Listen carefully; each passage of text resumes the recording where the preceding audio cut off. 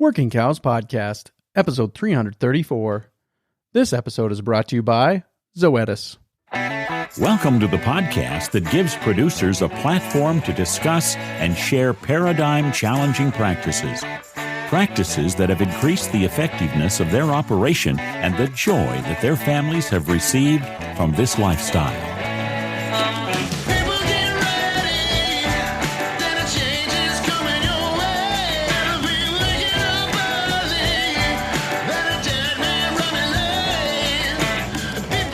Howdy, everybody. It's Clay Connery, host of the Working Cows Podcast, recorded exclusively in the C90 Ocean Minerals Studios. And this episode is brought to you by Zoetis. Let's talk about tools for a minute. Take these pliers. There's not much I can do to convince you that pliers are futuristic or revolutionary. Even if I added sound effects and said, Pliers, the future of tool technology. You still wouldn't think of pliers as anything but reliable and dependable. In fact, there's probably one hanging from your belt. Now let's talk about another tool. One that you might think is futuristic, but isn't. Genetic testing for commercial cattle. It's not theoretical technology. It's proven and valuable today. It's a tool that can help you make smarter decisions about selection, breeding, and marketing. Use it to find heifers who have the potential to be more fertile and stay in your herd longer. Use it to help reach your goals faster and with more confidence. Genetic testing is just a tool. Use it to build a better herd. Get started with Zoetis at beefgenetics.com. Very excited to be joined today by Nick Castro. Nick is with an organization called LandTrust. They are, as I've said before, a basically Airbnb for landowners to get their land out there to people looking to hunt on private land. And so taking care of a lot of the ins and outs of that. And we're going to talk to him kind of all about that today. How does this work? What are the advantages to landowners? And how is the sharing economy being brought to landowners? So Nick, thanks for joining me today on the Working Cows Podcast. Yeah, appreciate it, Clay. So, I've had a few different public-private land experiences. One of them was I was working up in North Dakota right on the North Dakota-Montana border, kind of there in the Badlands, and they've got a resident elk herd there. And I was talking to the guy that was showing me around where to get to the sites I had to get to, and he said, I'm pretty sure those elk know where even though there's no fence, they know where the public-private land boundary is, and they'll run right up to it and turn around and go back the other way. And then I went on an elk hunt, or as I've said, I went on a hiking trip where I carried an elk license with me and a rifle, and we saw lots of elk on private land, but not a lot on public land in that venture. And so I think kind of what you're doing is a needed service. So I'd like to give you an opportunity to kind of just share what it is LandTrust does and talk a little bit about it to an audience of private landowners and land managers and ranchers predominantly. Yeah, no, I really appreciate you having me on and the opportunity to share that. You mentioned you're in Rapid right now. I was actually out there, a month and a half ago when RCAP did their convention out there. So I was just out there. Cool town. But yeah, so LandTrust, first of all, we're not a conservation easement. LandTrust is just a brand name. So I know that there can be some confusion there. We're LandTrust.com, for profit. It's a brand.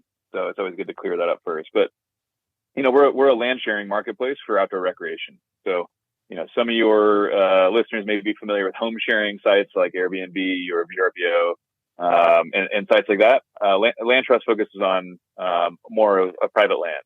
So instead of renting someone's home, you're renting access to somebody's private property for hunting or fishing, RVs, camping, etc. So just all sorts of outdoor rec. Hunting is definitely where I started the company, and it's probably the biggest activity still today. But we're growing into some of these other outdoor activities as well. So there's a lot of people that are what we would call concessionizing their land by opening it up to people for hunting. And I think one of the challenges in that in that space is getting the word out about your place, getting your place in front of people who would like to come and use it, whether it's hunting or camping or, whatever kind of experiencing ranch life, whatever way you're doing it. So I think that's the challenge that people are facing, is trying to market that, trying to get the word out about that. Is that kind of in the vein of what you're experiencing as well? Yeah. So it's frankly, one of the benefits of working with a platform like LandTrust. We're business partners with our landowners. So our landowners own an asset, the land, obviously, and access to a bunch of great outdoor stuff to do. But we build the technology platform, we do the marketing, handle insurance, payments, like all the other stuff. And I think that's, we tell landowners all the time, like, this isn't new. We didn't invent something new. Ranchers and farmers have, marketed hunting and other kind of outdoor access to their lands for a long time. And by all means, landowners today can still go out and build their own website, learn how to do online advertising on Google and Facebook, and figure out payments and insurance. They can absolutely do that on their own, or they can plug into us and like overnight be, starting their business, kind of like their outdoor business. What do you mean by handling insurance? Yeah. So insurance is obviously kind of one of the biggest things when it comes to private land. And so we handle kind of safety and insurance from a few different ways. I like to start at the beginning. First of all, every guest who uses LandTrust to book a trip, they accept our terms of service. So our terms of service, they hold our landowners harmless. So they basically acknowledging, hey, hunting and doing other stuff outdoors on land can be kind of dangerous, and we're holding you harmless. Second, we're doing ID verification of all of our sportsmen. So before they could ever, make an inquiry or a booking with you, they have to upload their, government ID. We use some third party to kind of make sure that they're actually who they say they are. Because frankly, most of the bad stories I heard when I was starting this between landowners and sportsmen really boiled down to that guest being anonymous, right? They knocked on your door, like 8 or 9 out of 10 people knocking on your door are great people, but it's the one bad person who broke a gate, whatever, rutted your roads up, left trash, whatever that bad experience was. And when that did happen, there was no recourse. Like, hey, you drove a white Silverado. I don't know. Like, there was nothing there to really hold somebody accountable. So that's a big piece of ours, is everyone, we know exactly who they are. They pay with their credit cards. And by the way, after every trip, both parties rate each other. So the guest gets to rate the landowner and vice versa. So you have that all verified by a transaction. And then we get into insurance. So we do participant insurance. So, hey, if they step in a badger hole and break their leg, technically they're liable. They've already held you harmless. But still, they can come to LandTrust and we'll cover up to $10,000 medical bills. We self-insure property insurance if they do break a gate, or none of this has ever happened, by the way, in 4 years. Bound to eventually. But so if there is any kind of property damage, again, that guest is the one liable. But if for whatever reason they're being a pain, we'll write you a check. I think up to $10,000 per incident. And then, of course, we have a $1 million general liability policy that kind of backstops everything. And then, as some of your listeners may know or may not, in 34 of the primary ag producing states, they have what we call agri-tainment liability coverage.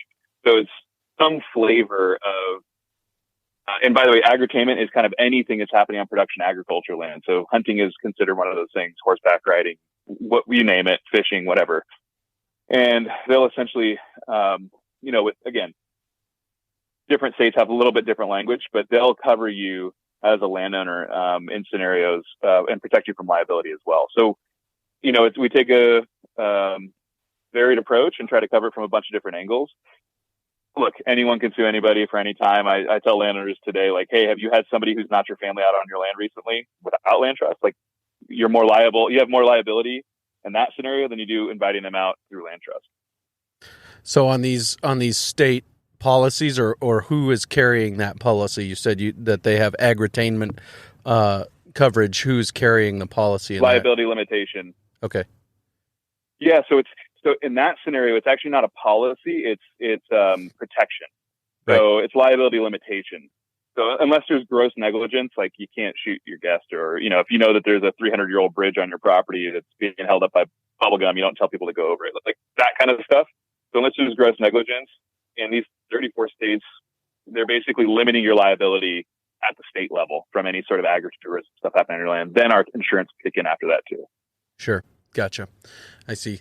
So how did you come to start the company? What was kind of the genesis of the company getting off the ground? Yeah, I mean, frankly, I wanted to use it.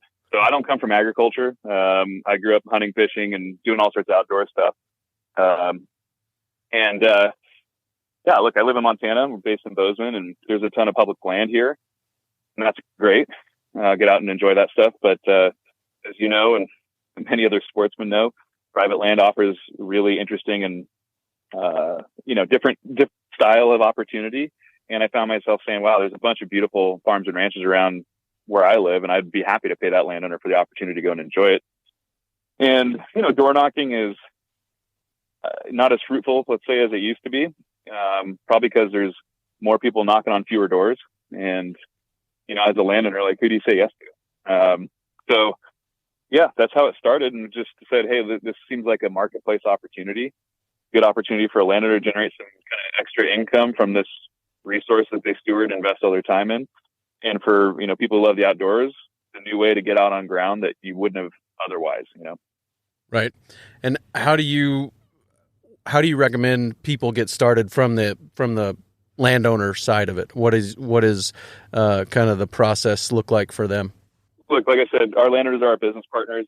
And we build ourselves. We believe that we're like a service business. Yes, we are a technology company, but we really focus on service. So we've got landowner success managers in Montana, Nebraska, Kansas, Iowa, Missouri, North Dakota, South Dakota coverage. And so these are people, full-time employees of LandTrust, who are boots on the ground. They live in those markets or live right next to those markets.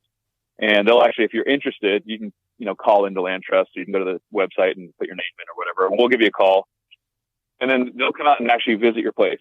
So they'll sit down with you, answer questions. If it's interesting, they can take photos of the property. They can set up digital maps so that, like on Onyx Maps or similar platforms. So if you do decide to host with us, sportsmen get all that stuff. And look, there's no sell here. It doesn't cost any money to sign up and list you on LandTrust. We only make money when our landowners do. So we take a percentage of transactions that come through the platform. So, it's a pretty seamless process. Landowners are going from, hey, I'm interested, to live on the site in days. And our team will do all the onboarding for you. We'll work with you. And we know you guys are all busy people and have a lot of different jobs around the farm and ranch. So we try to take as much of the work off your plate, and, we'll do all that. And then we'll, do about 20-minute onboarding call once everything's ready. And if it looks good, you set it live and you're off to the races. Do you have a sense of what it is that makes public land or private land more desirable from a hunting perspective? Is there something that's drawing the animals there, or is it more there's less pressure here, so we feel safer, or maybe some combination of the two? I definitely think it's a combination of the two. Look, private ground generally provides great habitat for wildlife. And part of that is, our farmers and ranchers are stewarding the ground and that land, and have, a lot of cases for generations. And so, that's really quality habitat. A lot of times it's more in the riparian areas. So it just naturally happens that way. And then, of course, a lot less pressure. Animals, as we all know, react to pressure. So I think it's a combination of those two things. It's high quality habitat, and then, a lot less pressure. Yeah. Can you give me some examples of different people who've signed up and used the platform, and kind of the way that they've deployed it in their scenario? Yeah. So your listenership's primarily Western. I can give some examples from like Nebraska or Montana or places like that. Yep. Yeah. So, the Dexters, Bob and Jody Dexter down in the Sandhills, kind of right outside Valentine, Nebraska, have been with us now for a few years. Great family, beautiful, beautiful ranch. And I think they started with us now. This might be their third year. But they've got fishing, they've got hunting. They don't have any lodging on their property, but they're only about 15 minutes from Valentine. And so they've been using us, and they've been marketing turkey hunts and pheasant hunting, and obviously deer hunting, and then fishing in the summer. And I think they're also doing some ice fishing stuff too. And they've hosted, quite a few people through LandTrust. I believe Jody said LandTrust helped pretty much cover all their property taxes last year. any of your listeners are in Nebraska property taxes are Yeah, hefty. Omaha and Franklin, or Omaha and Lincoln get to vote on your property taxes, and you just have to go along with it. So Yeah, that's kind of how that works in Nebraska. yeah, exactly. Yeah, so they're a great example. Another one, and we have some on our website. If you go to LandTrust.com and any of the landowners, there's a little button up top just for landowners. We've got testimonial videos too from a lot of these families. In Montana, we had the Sheehy family, and they started hosting with us. Now it's been 2 years. They started just with turkey hunting, and it's funny. A lot of ranchers are like, turkeys. So they're always scratching their head when we're like, no, don't do that. Like, let's trust me. We did more turkey hunting bookings last year on LandTrust than anything else. Huh. And so they started with turkeys. They didn't have lodging at first, and they did a lot of revenue, like tens of thousands of dollars in turkey hunting bookings. And then they said, hey, look, we had an older place. I think his grandparents had lived in there, and so they fixed up that lodging. It's not, by any means 5-star or anything like that, but it's nice, and it provides lodging on the property, which is really a nice to have, because a lot of our ranches are very rural. They're an hour plus from town, and there might not be a motel in town. And so having that ability to have some lodging on the place, whether that's a camper trailer or a barn or whatever else it might be, really helps. And they're doing very, very well on the platform. But like I said, we have a lot of these videos too, where you could just hear it from the rancher's mouth or the farmer's mouth too. Sure. What do you think are some keys to success? Or maybe another way to ask the question is, what separates a great listing from a good listing? So obviously the land is, all properties are different. What resources from a both habitat and wildlife perspective? Look, if you got 30,000 acres and 400-inch bulls, you're going to make a bunch of money, because that's a super valuable resource, as we all know. But I don't want that to make people think that you can't have. We have properties that are 20, 40, 80, 100 acres, but they've got river bottom, some timber, turkeys, and white-tailed deer, and they do very well. So it does, obviously, if it's a flat piece of rectangle ground and there's really no cover on it, it's probably not really good for LandTrust. You really do need to have some wildlife resources there, at least from the perspective. And then, look, responsive landowners. So we set the expectation with our guests that, hey, these are almost all working farms and ranches. They're going to need a day or two to get back to you, because they might be out of service, they might be doing X, Y, and Z. But as long as those landowners are good at replying to folks and just being responsive to inquiries and booking requests, and those two things are really important. So the ability to have, obviously the ground itself, do you have some, habitat and wildlife resources? Do you have ponds or water? Because we are doing more fishing and stuff too. Do you have lodging capabilities? It's not required. And we have plenty of landowners on LandTrust who don't have any lodging on the property. But lodging can mean we'll allow you to tent camp, we'll allow you to pull an RV. We might have a fifth wheel that we use occasionally. You can, kind of book with this thing. Or you got a bunkhouse or whatever it might be. That helps a lot. Because when you got people coming from a state or two away, and your ranch is 3 hours from a 30-person town, like, it's really hard for them to book your place if there's no lodging opportunity there. And it doesn't need to be fancy and, all that. It's not a hunting lodge per se. It's just lodging. And then, responsive landowners. Yeah, no, that makes sense. One of the things I think that it seems like is difficult, or would be difficult for me at least, is what's the market? Like, I don't know what these hunting resources are worth as a rancher, and it seems like maybe that's one of the things that you guys are also doing, is you know that market better than we do, probably. Yeah, and frankly, before LandTrust, that market for as little as a day or a few days access, it didn't really exist at any sort of scale. I mean, look, hunting leases have been around since the beginning of time. So, generally speaking, as a rancher farmer, you've been approached about hunting leases. Maybe you've done hunting leases in the past, because it's a nice way to make some money. But this whole kind of like where we keep the landowner 100% control, they can do it for as little as a day or a couple of days. This is kind of new. And so we absolutely do help our landowners evaluate their property, the opportunities, what they want. And I'd like to, just tell the folks who are listening, LandTrust keeps landowners 100% in control. So we've had landowners who used to lease, and they stopped doing it because they did not like selling that property right away for a year or 2 years or whatever it was, right? Because that's what essentially you're doing. And with LandTrust, you get to choose who comes, who doesn't, what dates, for what things, with what rules. So you can say, hey, look, my family likes hunting whitetail, but we got turkeys, we got ducks, we got upland birds, or we got ponds to fish in. You guys can do that. And, this is the kind of, this is what we want from a price perspective. These are the dates it's available, or it's not. You could say, look, it's the week before Thanksgiving, got family coming in town, we're blacking out the dates. So you're in total control. And like we've heard, again, from our producers all over the country, that's probably the most attractive thing about it, is like that control. Yeah. What have you learned since starting this company? What have been some of the lessons you've learned and some of those things? Yeah. Well, on that last point, when I first started the business, again, I don't come from agriculture, so every day I get to learn. That's why I love the business. And I've got to meet some of the most amazing families and seen some of the coolest communities too, just traveling all over the States. Owner, operator, production ag folks value control and control of their business, of their property rights, of their way of life. And I respect that a lot. I originally thought money would just be the main motivator. And of course it's a motivator, like income, properties need to be profitable, but it's not the primary motivator. So that learning, understanding that and really understanding the mindset there of like, hey, as long as we keep them in control and we keep the trust, we'll have a good business here. So that's been for sure a learning opportunity.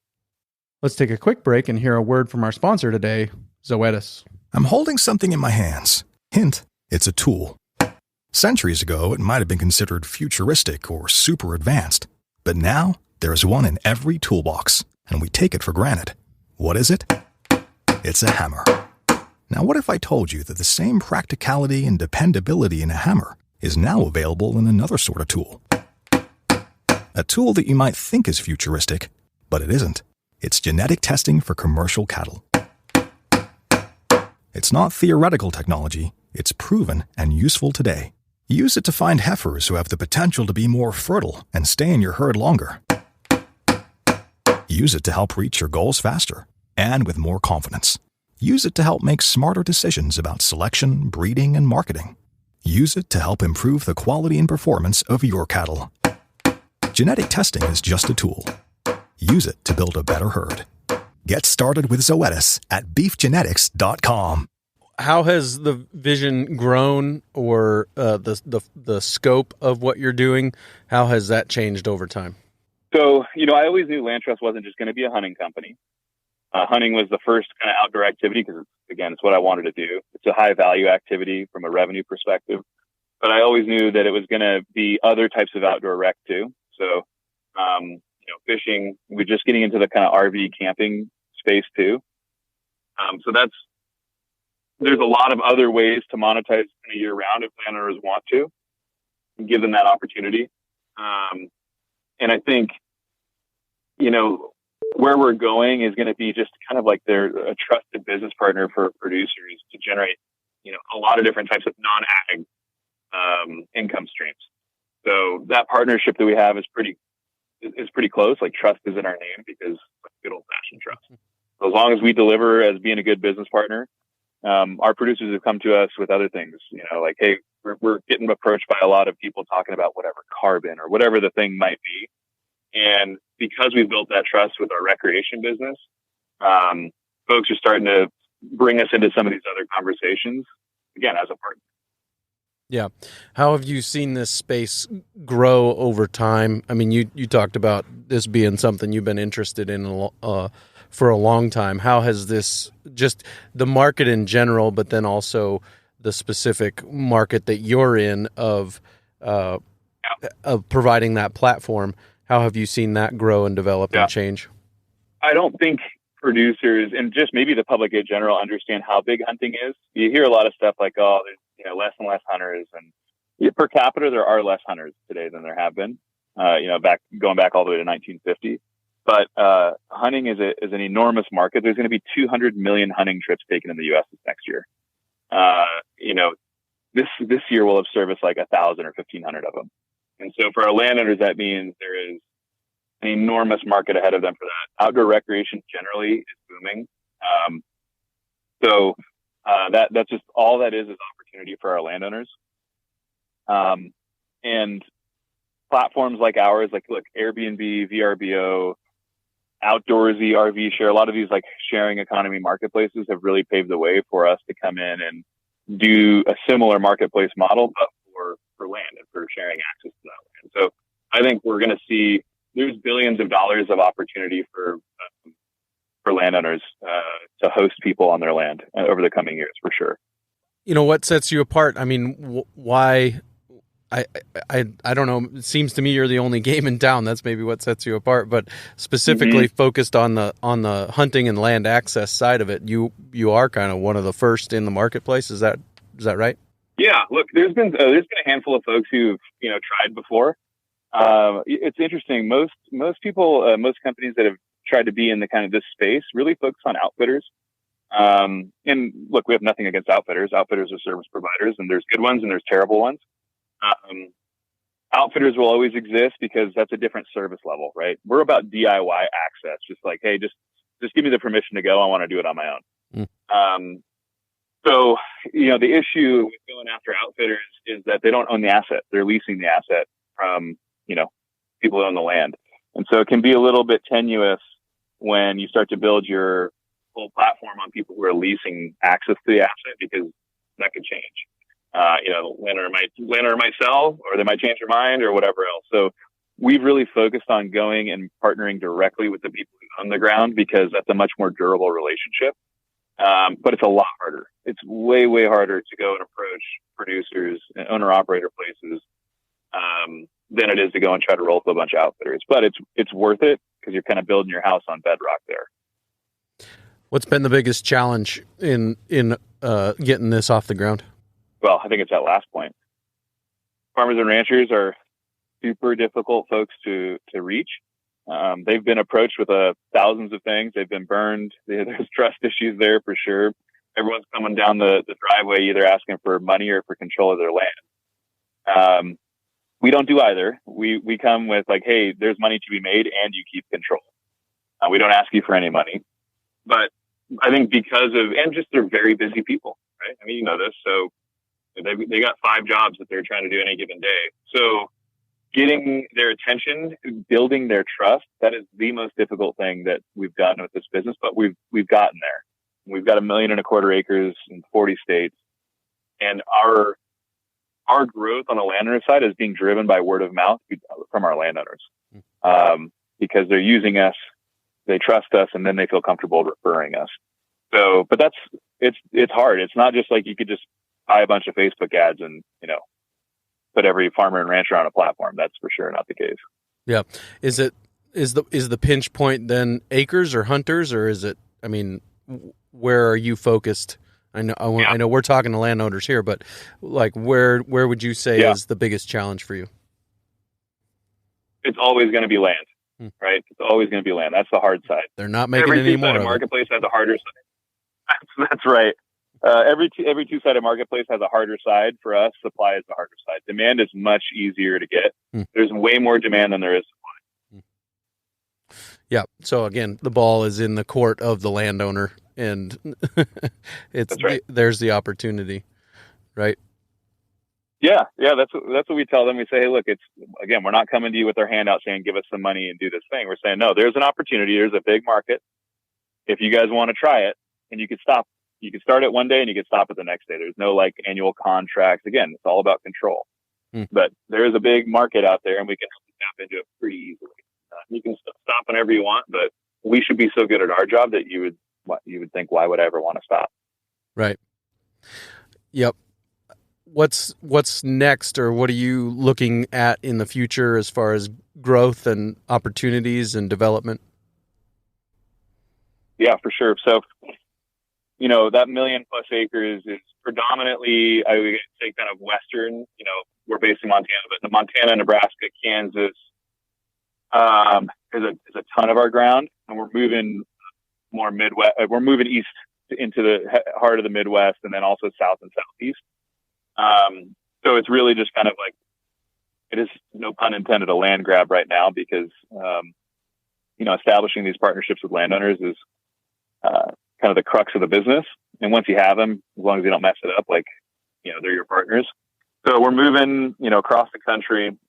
Yeah, and we're opening up new types of recreation for landowners to host, because as we all know, hunting season is a state regulated time period or window. Mm-hmm. So there's only so many days a year that you can monetize that kind of resource. So that's why I like, camping in RVs and fishing. And we have people booking shed hunting and foraging for mushrooms or other kind of like wild stuff, and photography, bird watching, all these other things. That's on our horizon for us. And I think a big one is what we call farm and ranch experiences. And we've been seeing more and more of these getting booked, but I hate using the word agritourism because I think it conjures up, pumpkin patches and apple picking farms and stuff. And nothing against that, but a lot of our producers, they don't want to deal with that. But when I say farm and ranch experiences, I mean coming out to a branding or, like some way interacting with calving or harvest or planning or understanding how an operation works, or bringing kids out to, bottle feed calves, just reconnecting with agriculture. Because, as I mentioned, I don't come from ag. I think the stats are that 1900, 40% of all jobs in the U.S. were agriculture. And now it's about 1.5%. Mm-hmm.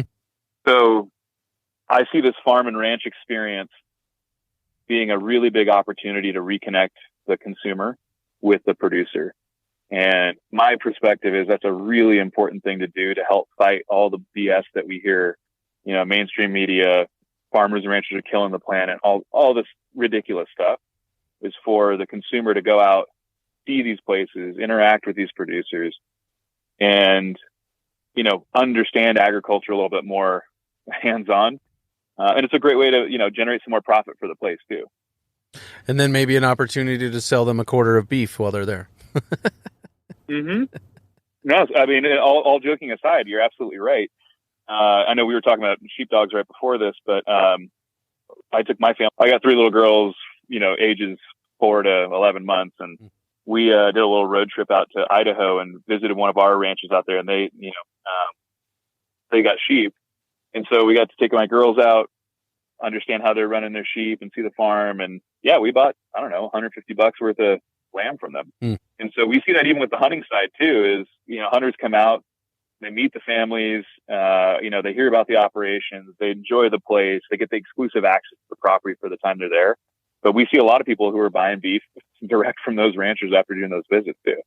What has been your best source of education? You've said several times you didn't come from ag. What's been your best source of education as far as agriculture is concerned? I mean, exactly what we were just talking about. So I've probably booked more trips on LandTrust than anyone else, because I'm the founder of the company. I need to be the guy building the product and understanding the market. And I've gotten, I've been blessed with the opportunity to meet so many amazing families in different states, and just, they take you around, they show you their place, they tell you how they run their operations and the intricacies of it and why it's different here than in this region. And that's why I see so much opportunity in this platform, is because bringing these two, again, the consumer and the producer together, whether it's around hunting or farm and ranch experiences or other stuff, that's where the education is going to come from to the consumer. Because I didn't know any of that stuff before. So over the last 4.5 years, I've gotten to do a bunch of that. And that's probably where I've learned most from. How's the company grown over time? What kind of, like you mentioned about how many acres, but what's been kind of the growth curve in the arc? Oh yeah. So we just had our 4th anniversary. So we launched the website October 2nd of 19.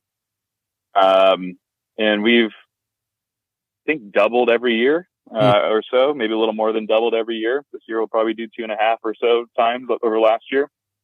And again, we've grown to probably somewhere right around 40 states. And, in the next year would probably be a few million acres on the platform. And the best part about that is our landowners and the revenue that they're generating. So our growth is directly linked to their growth. We don't make any money without our landowners. As I mentioned, we're business partners. So, we've got about tens of thousands of people on the guest side, and that's growing very fast right now. We've had some recent kind of national news coverage from Wall Street Journal and Fox News, and it's been cool to watch kind of the reception once people actually hear about us, because we're still a relatively small company, Yeah. Yeah. No, that's interesting. What did you have a technology background? How has the technology side of this been handled over time? I am not an engineer. I wish I would have done that. It would have been a lot easier to get things going. I've always been kind of in a sales and partnerships role. So before this, I worked in the advertising business, and so I've worked selling technology, but I don't do coding. Mm-hmm. But yeah, we have a great engineering team, and again, this is that big piece we mentioned earlier. Landowners can go do this themselves. They can go build a website and figure out marketing and all this other stuff. Or they can just partner with us and be live in 3 days and try it out for free, essentially. Right. So, we've got a good platform that's growing, and yeah, a strong engineering team that's keeping that, scaling. Did it take some seed funding and some of those kind of rounds of funding that we hear about in technology startups to get going? Yeah. Yeah, absolutely. I mean, this is it's a hard type of business to bootstrap. I'm not saying it's impossible, but it's implausible. So yeah, we've raised a few rounds of financing. We raised just under about $10 million over the last 5 years to get to kind of where we are. Now the goal is to build a big, strong, sustainable, profitable business, just some crazy Silicon Valley company that loses money forever. And we're in striking distance of that right now. But yeah, we want to be a big, durable business that generates a lot of profit for ourselves and for our landowners. Yeah. Very cool.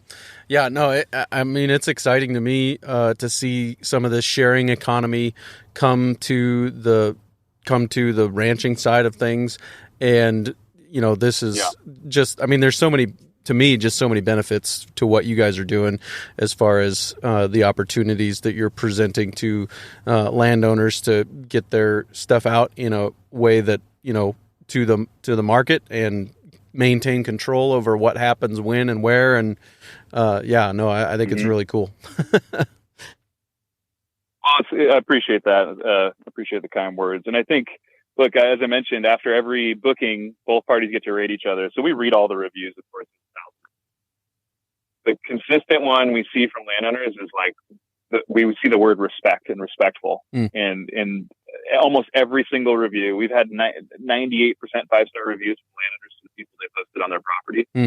And that word respect or respectful shows up in almost every single review.